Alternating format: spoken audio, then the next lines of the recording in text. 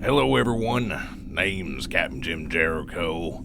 I'm an instructor at the CAV, Colonial Naval Academy, and I'll be your host for today.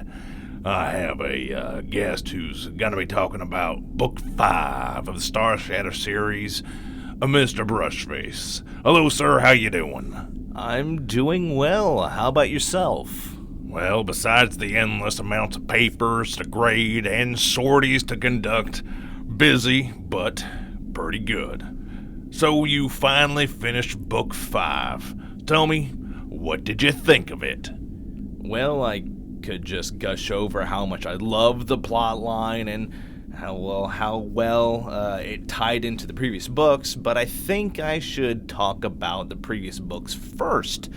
I mean, we never did port those episodes over from the YouTube. Yeah. I mean, it does have your channel name all over it, and, well, you know, it could confuse those coming to here, so, yeah, well, let's begin with the first one, I suppose. I get to look this up. When was the first book dropped?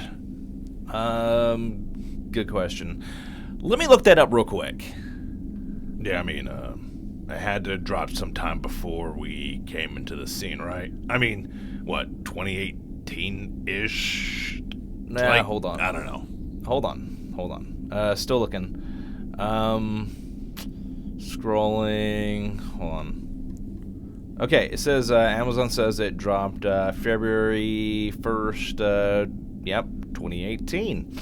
But, if we look at my old channel, it says we started December 31st, 2018. So, you know, beginning of the year, end of the year, kind of neat.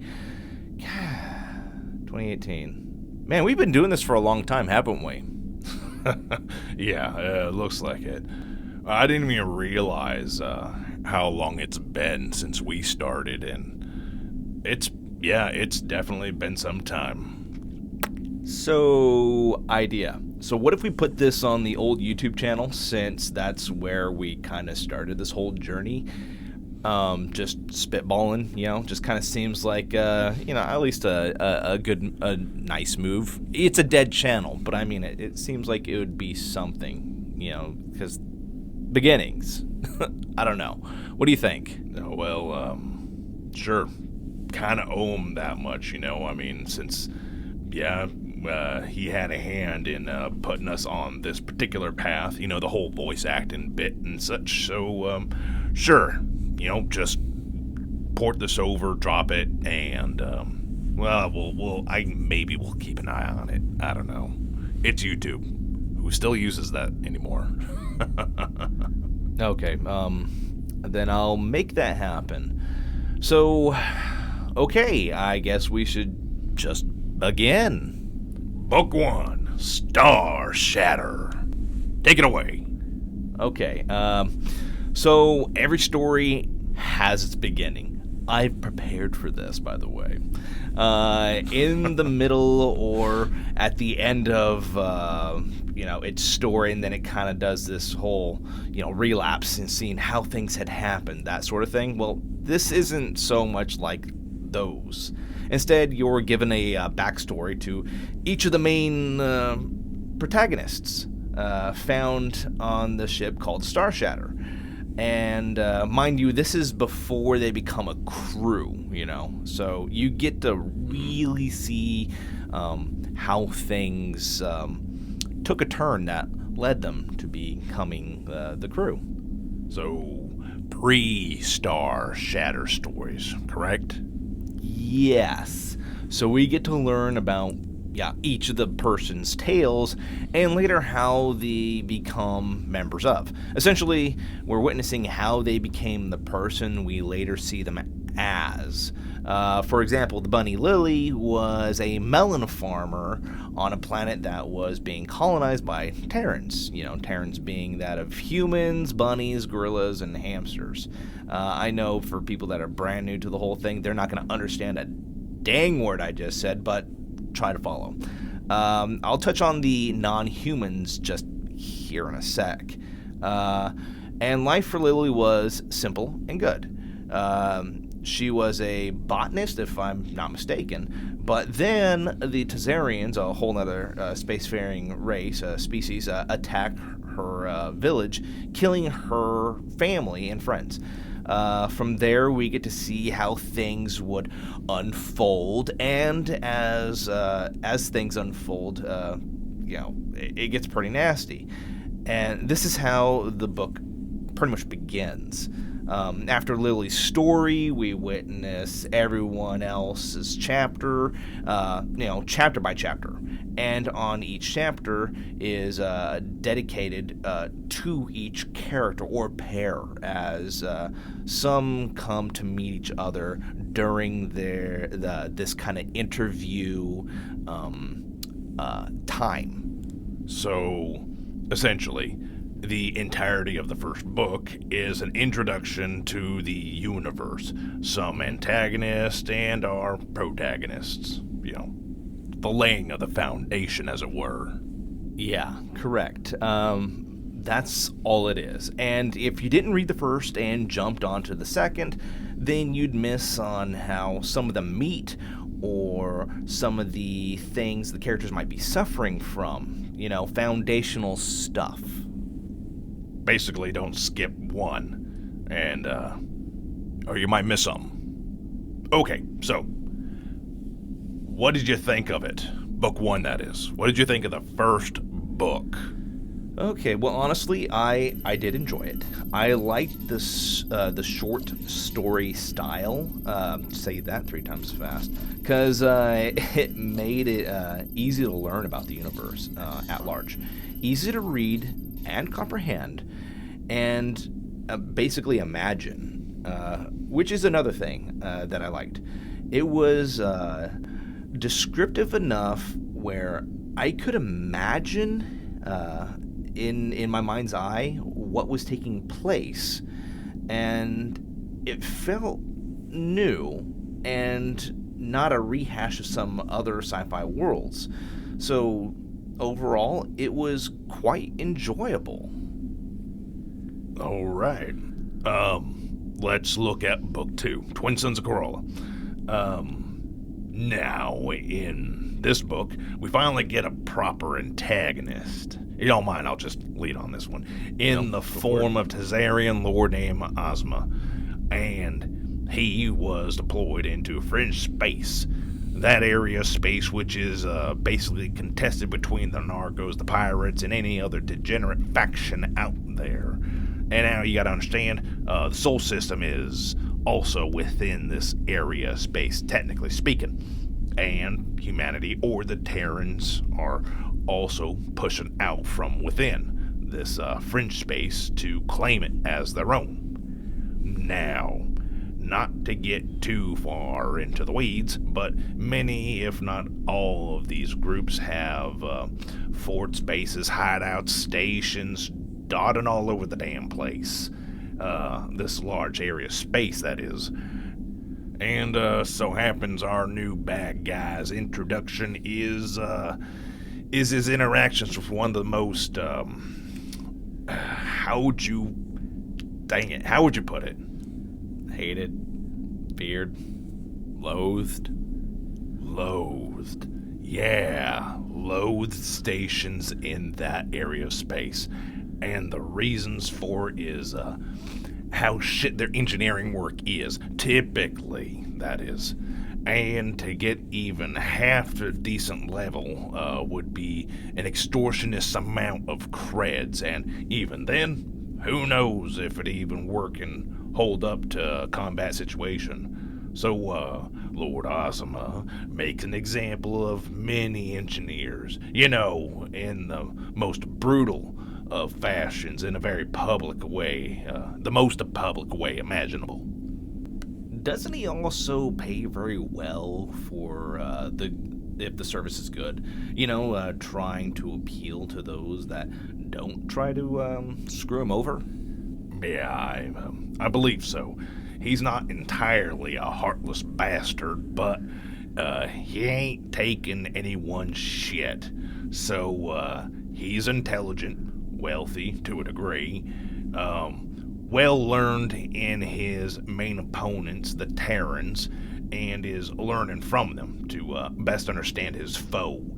It's like that Chinese guy ever said, know yourself, know your enemy, and victory's assured, or something along those lines. But isn't the book isn't all about him, isn't it? No, not of course not.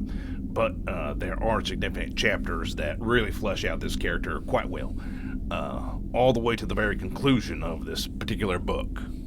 Yeah, and that's true. I got the impression that this is the team build-up story, 80s montage style for the Starshatter crew as well. Both sides preparing for the confrontation with each other, but not knowing the other exists till they do. Until they come across each other, and then it becomes a game of chess. After the confrontation, you start to see the two brilliant minds at work, basically playing a deadly game of chess, or at the very least setting the board for the game. And I didn't make mention that the two players being Lord Asuma of the Tzarians, and you have Anitzia, who's the captain of the Starshatter. I know I didn't make mention of him before, but yeah, he's the other brilliant mind. So then you have the classic antagonist-protagonist meet and greet. Beat the shit out of each other, lick your wounds, and plan for the next bout. So, unlike Book 1, Book 2 thrusts you into the story of Starshatter and the universe more proper. So, in all, it's where everything really kicks off. And from there, it gets pretty wild. The storytelling is much better than the first. There are plenty of plot hooks left to draw you in to Book 3, because they kind of neatly flow from one to the other. Plenty of mystery with the Starshatter crew as we're trying to understand them and seeing how they grow together. And not everything is just straight dumped on the table, because that's just retarded. Good storytelling, you just don't do that. But it's a good place. It's good it's a good pace. It has good structure, and overall, it's a very good story. Man, speaking of a good story, we move into Book 3, Treads of Vengeance. Now, I found this tale rather insightful. Here we get to see another race called the Jaren, or Munchers as many of us call them, on the account that they eat other sentient beings.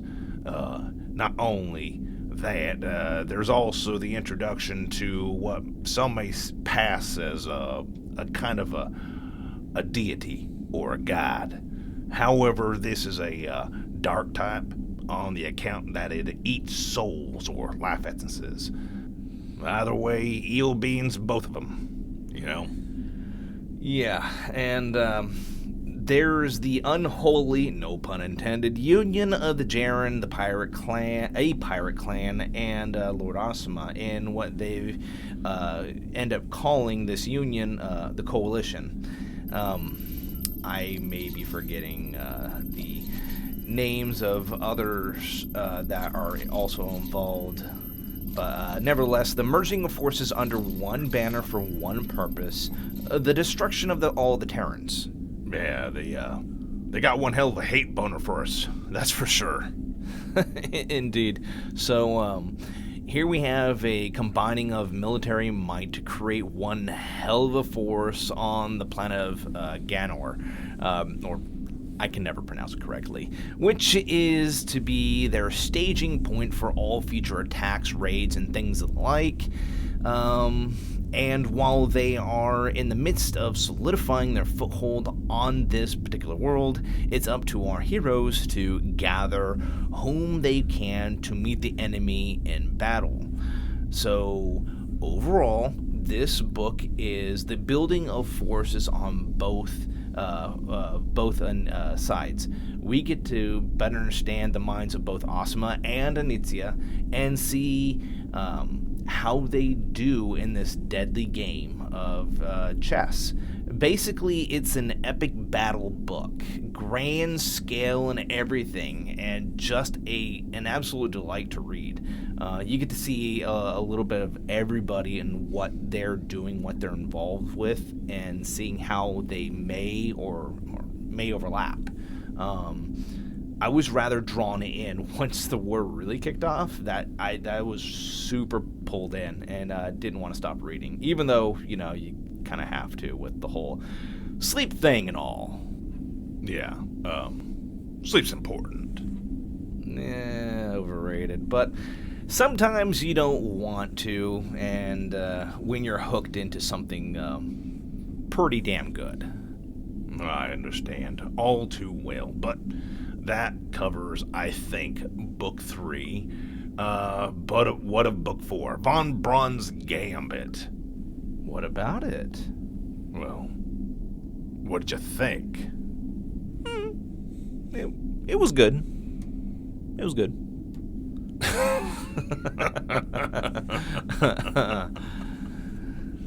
Yeah.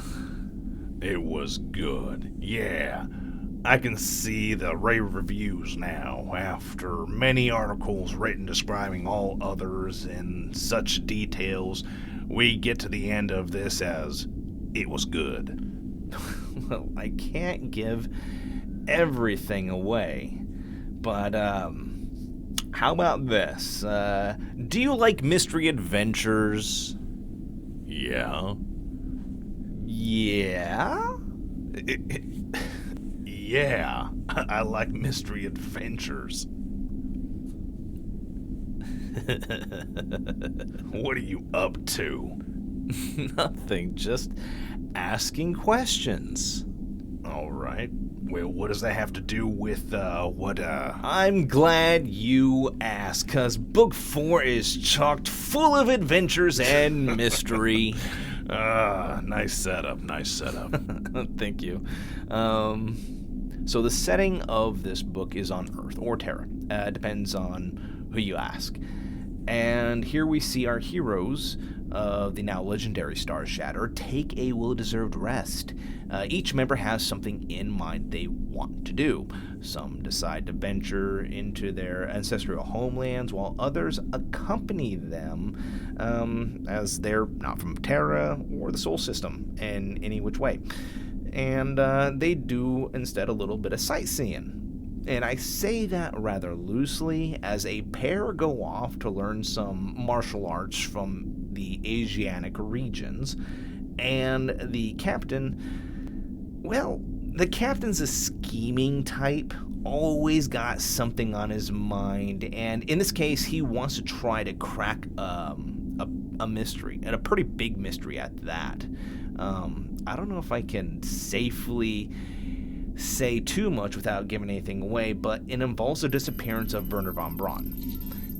Now, the details involving this one mystery, and I must emphasize that this is just one of many on the planet.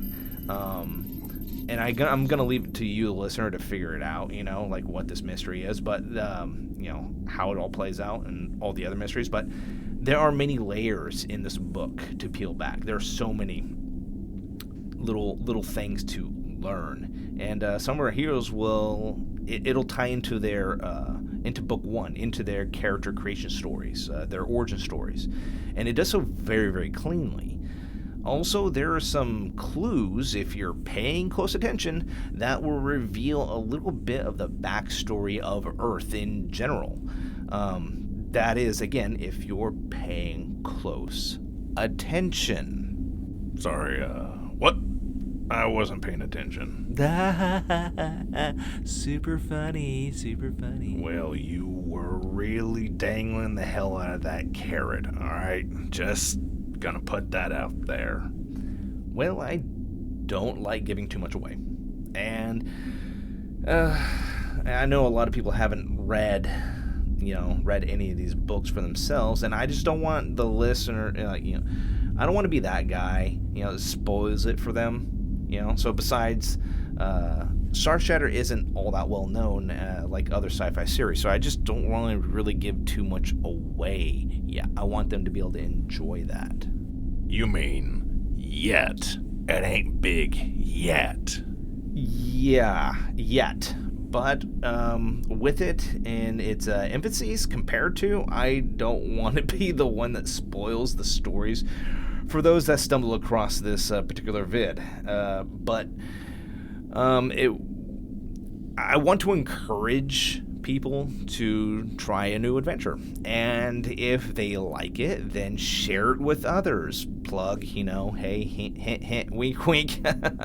But perhaps one day someone will be able to produce just spitballing here, a wiki that will help better help pull people to the series. Just kind of like just general information, because there's a lot to explore outside this particular series, and this universe is it's ripe with big new things and ideas to find.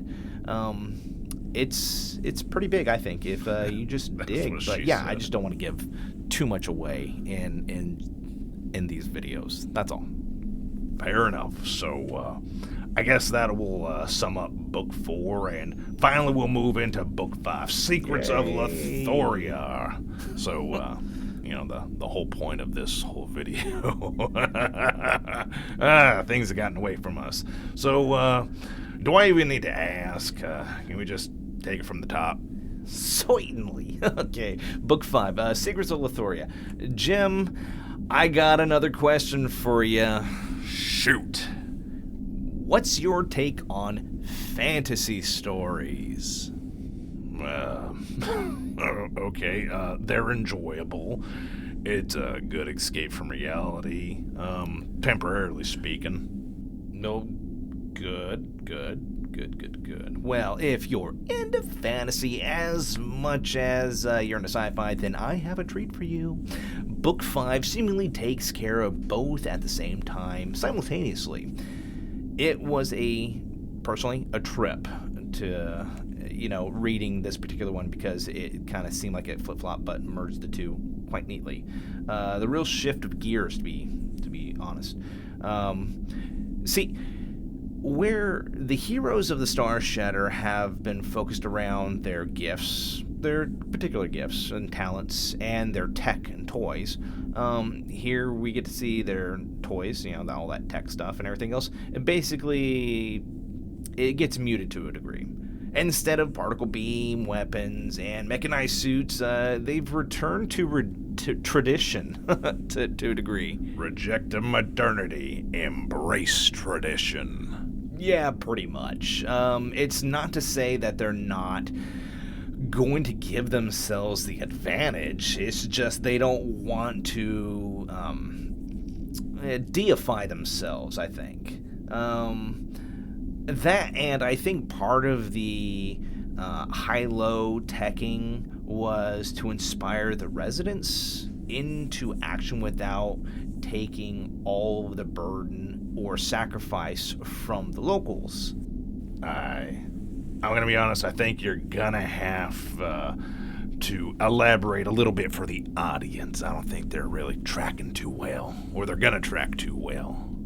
Okay, well, that's fair. The people of Lithoria live in a caste-type community. Peons and peasants at the bottom, warrior caste above them, merchants and minor lords, followed by major lords, the priesthood, and the king. The order may be a bit, off, but the peons and peasants are most definitely rock bottom, and their suffering is pretty much endless. Despite their suffering and weakness, if others simply freed them and gave them the keys to the palace, then, my thought is, then what? It's likely that someone else will just take on the role of tyrant and it all starts anew. Or if any baddies survive, then again they take over and make things so much worse. And there's also the possibility that those newly freed won't really appreciate their freedoms and begin at some point expect recompense or something more just to be given to them because, they didn't earn it. Instead, the crew finds those willing and able, or mostly just willing, to fight the corrupted system that they particularly live in. Inspire them, teach them new ways of living and fighting, and guide them into essentially glory.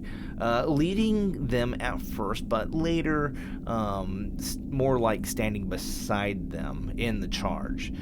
I think in doing this, doing things this way, they ensured the freedom forces and subsequently their descendants would appreciate and hold dear their hard-fought freedoms. Like you earn the things you earn, you tend to hold more value to yourself than those things that are given, especially if it came out of heavy cost. Yeah, I kind of see that as true. Many people do tend to take those things for granted if they never really worked for it. It's kind of sad, really. Oh, indeed. Wait, where was I? I think I went on a tangent. Well, you brought up the whole low-tech, high-tech kind of idea. The hierarchy of the planet. Right. Low-tech. So besides themselves bringing low-tech equipment up in space, it was a different ordeal. Battles in the stars, ships pew-pewing each other, boarding parties, the whole gambit. Basically, the book has two settings playing out simultaneously and intertwining, which makes it a particularly fun read. And yes, there are most definitely secrets in Lithoria, big enough to really paint a more interesting historical narrative of the planet and its people, and of course, far beyond just the planet and its people, but, there's just so much there. And that made me chuckle because I honestly didn't see some of these particular things that are revealed really coming. It just totally sideblinded me, to be honest, which really is indicative of really, really good storytelling. Well, you're not gonna spoil it, are you? Hell no. No, of course not. Good man. It's like I said, dangling the hell out of that carrot. I guess we can leave it right there, though. I mean, but to give us, like I said, I just don't want to give too much away. It was extremely well done. Like I said, you have sword and board things happening on the planet surface while you have high-tech stuff happening in the stars. I mean, you kind of get two really fun worlds all happening at the exact same time. So it's really worth picking up. And even though you could pick that one up by itself and just kind of enjoy it for what it is, you really do need to get the others and read them first to really get some of the more subtle contexts and things here and there that do show up later in the books. It really all does tie together. Yeah, but I guess I can't just leave it right there.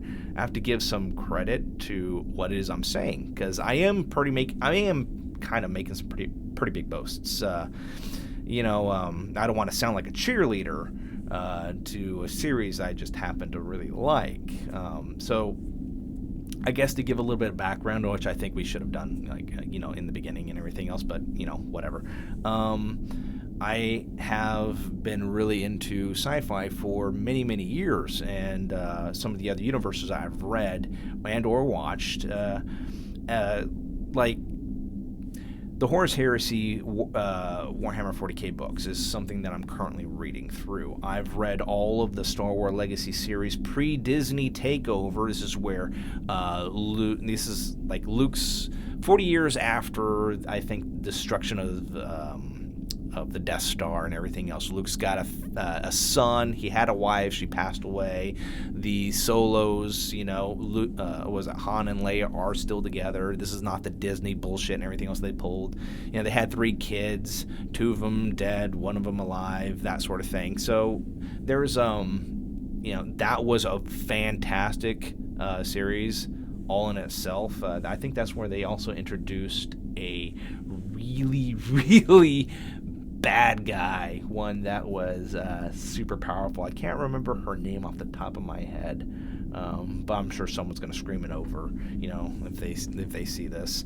And then, of course, all of Star Trek Next Gen, all those movies, DS9, Voyager, SG-1, Firefly, which was an underrated show in and of itself. Good God, that was such a good series.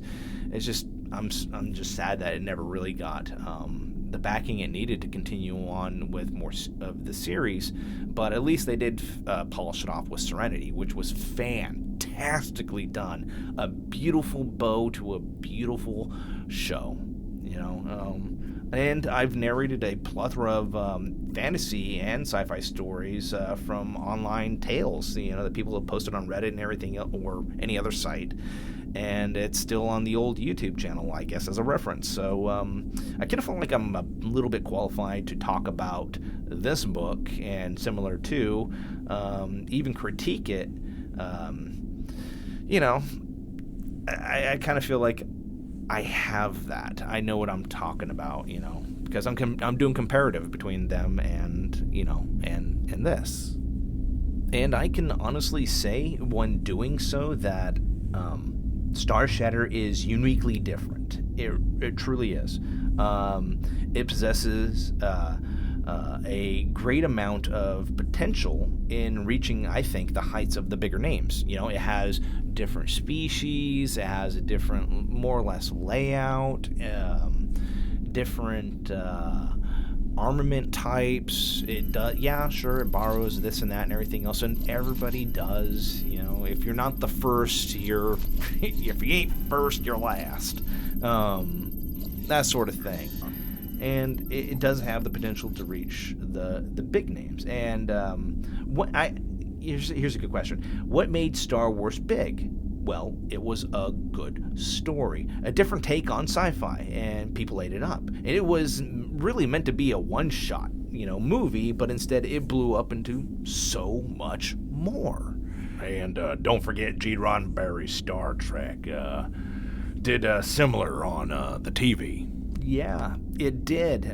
Something different, good and interesting stories with a good message pretty much behind it. Likeable characters, definable villains, all the tropes, basically. And I think it's still ongoing.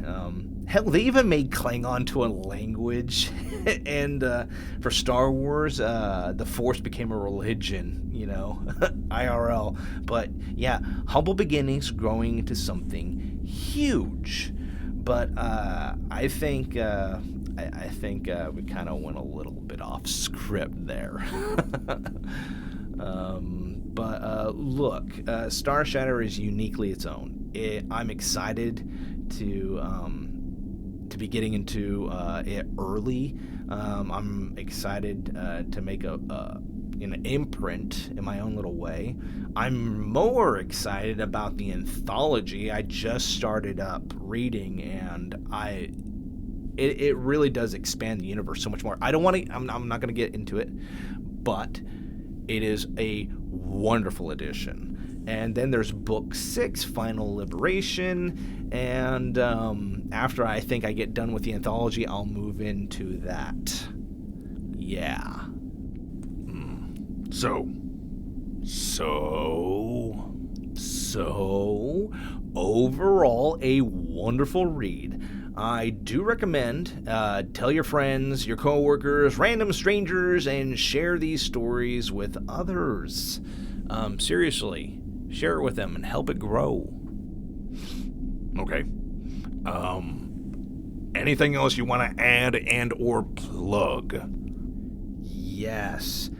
You can find me on Rumble and Odyssey, Gab, and Minds. I now do more commentary type material when I can about the world and the people in it. You know, the dum-dums, the retards, and everything else alike. Something to laugh at and or loathe. I don't know, whichever you feel. And I'm on Rumble and Odyssey, where I'm more focused on all the sci-fi things. So, alrighty. Well, I think that's it. So, thank you for visiting, and I hope to see you all around. Take care, everyone.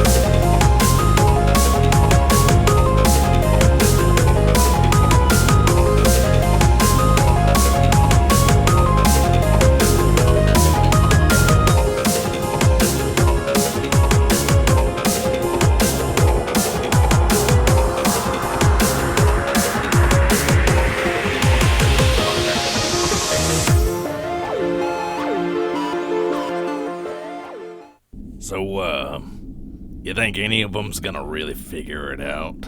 You know, the little secret. What little secret are you? What little secret are you alluding to? Oh, you know the one only a few people know about. You know, the thing. The thing that between you and I. Oh, I know what you're talking about. No, I'm not gonna bring that up at all. I'm gonna see if they can figure that out themselves.